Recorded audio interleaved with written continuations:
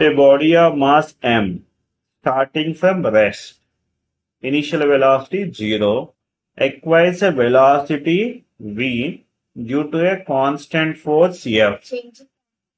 Then they ask him to find what element of work done. Yeah.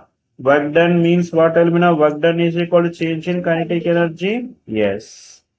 From work energy theorem.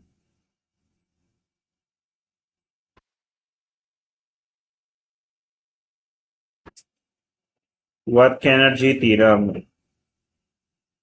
So work done is equal to what element of change in kinetic energy?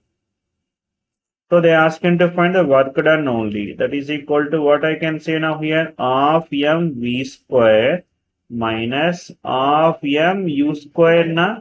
Body starting from rest means initial velocity is 0. So then how much is work done now here? Half mv square. Initial velocity is 0.